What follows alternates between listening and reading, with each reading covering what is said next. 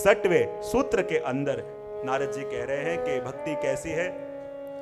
लोकहानो चिंता न कार्या निवेदितात्म लोक वेदत्वात्।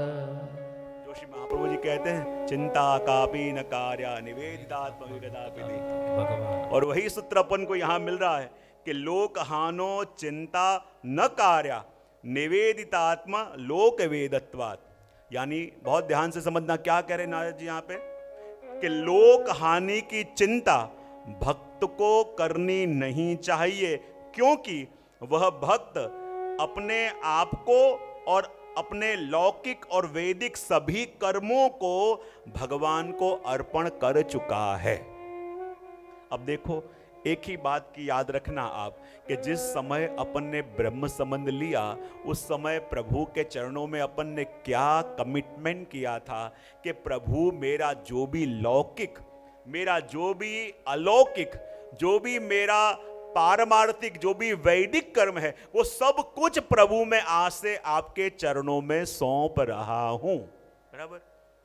मेरा घर, मेरा परिवार, मेरा व्यवसाय, जो भी कुछ, जहां जहां भी मेरी अहंता और ममता है उसकी सत्ता आज से प्रभु में आपको सौंप रहा हूं। तो जब सत्ता अपन ने प्रभु को दे दी तो उसका अधिकार किसका हुआ? उस पे किसका हुआ?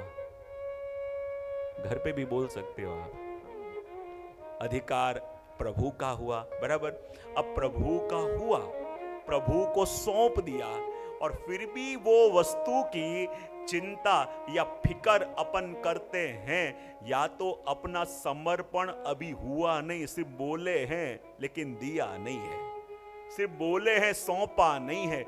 इसलिए यहां कहते हैं कि जब भी अपन शरणागत हो गए तब कोई भी वस्तु की चिंता, लोक हानि, कितना नुकसान हो जाएगा, इतना मुझे नुकसान जाएगा। कहते हैं ना कि जब वो कहीं दुकान में कहीं शॉर्ट सर्किट हुआ था, अब दुकान में शॉर्ट सर्किट हुआ था, सब लोग चिंता में दौड़ रहे थे, यहां वहां यहां दौड़ रहे थे, लेकिन जिसकी दुकान थी ना वो थोड़ा स्वस्थ था। किसी ने पूछा, अरे तेरी दुकान में शॉर्ट सर्किट हुआ है, तुझे चिंता नहीं है? बोले दुख तो हो रहा है पर एक निश्चिंता भी है। बोले क्यों? बोले मेरा फुल इंश्योरेंस है। गवर्नमेंट का एक कागज होता है तो भी अपने आप को अपन बहुत सिक्योर फील करते हैं। जब भगवत गीता में स्वयं भगवान ने इतना बड़ा इंश्योरेंस दिया है कि अनन्या चिंतयन्तो मां ये जना पर्युपास्ते तेषां नित्यभियुक्तानां योगक्षेमं वहाम्यहम्। जब भगवान ने इतना बड़ा इंश्योरेंस अपन को दिया है तो प्रभु के उस इंश्योरेंस पे अपन को भरोसा नहीं आता, पर छोटे से कागज के टुकड़ों पे भरोसा आ जाता है। और देखो अपन कहते हैं ना कि जब प्रभु की शरण में आ गए तो शरण में आए तब कहे जाओ कि जब उस पे भरोसा हो। हम शरणागत की बात तो करते हैं लेकिन जब भरोसे की बात आवे तब वो भरोसा रहता नहीं है। यहां तक तो किसी ने कहा कि यदि प्रभु आपको कहे कि ऊपर से कूद जा तो कहते आंख बंद करके कूदो, या तो वो आपको नीचे खड़े होके झील लेंगे या फिर आपको उड़ना सिखा देंगे। पर एक बार भरोसा तो प्रभु के ऊपर करना पड़ेगा। भरोसा करोगे तब आप उसकी असीम शक्ति का अनुभव कर सकोगे। जब तक ये रहेगा कि नहीं मैं अपने आप कर लूंगा, मेरे हाथों से हो जाएगा, मैं सामर्थ्यवान हूं, मेरी इतनी पहचान है, मेरे इतने संपर्क हैं, मैं कर लूंगा, जब तक ये भाव रहेगा आपकी सीमित शक्तियां उस कार्य में लगी हैं। लेकिन जब आप उसके चरणों में सरेंडर हो जाओगे, उसको कहोगे प्रभु जो आप मेरे लिए उत्तम समझो, जो आपने मेरे लिए सोचा है प्रभु वो जो होगा वो मैं आनंद से स्वीकारूंगा। और जहां सरेंडर हुए दूसरी घड़ी में देखना कि कैसे प्रभु की असीम शक्तियां उस कार्य में लग जाती है, कैसे प्रभु की असीम शक्तियां उस कार्य में लग जाती हैं और उस कार्य को सिद्ध करती हैं, क्योंकि अपन सौंपते नहीं हैं। एक बार प्रभु के चरणों में सौंपोगे, इसलिए तो कहते हैं ना अब सौंप दिया इस जीवन का, एक आध कड़ी वो तो था ना, अब सौंप दिया इस जीवन का सब भार तुम्हारे हाथों में अब सौंप दिया।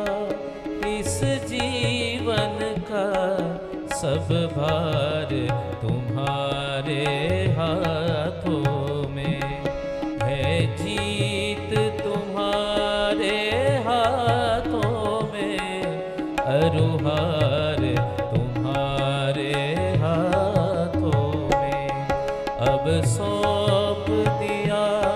इस जीवन का सब भार तुम्हारे हाथों। देखो, ये भक्ति सूत्र हजारों वर्ष पहले लिखे गए, लेकिन इन सूत्रों में कई बातें ऐसी भी आएंगी जो हमें लगे कि आज के अपने जीवन का समाधान नारद जी उस समय अपन को दे रहे हैं। और कहा कि यदि जीवन में जब अपन को लगे ना कि प्रयत्न करो, जरूर प्रयत्न करो, लेकिन जब लगे कि वस्तु अब हमारे प्रयत्न से पर हो गई है, जब वस्तु हमारे हाथों से निकल गई है, तब अपने हाथ में बाजी न रख के प्रभु के चरणों में सरेंडर हो जाओ। और एक बार प्रभु के चरणों में सब कुछ सौंप दिया ना, फिर देखो उसकी असीम शक्तियां वो कार्य को कैसे सिद्ध करेंगी, अपन देख भी नहीं सकते।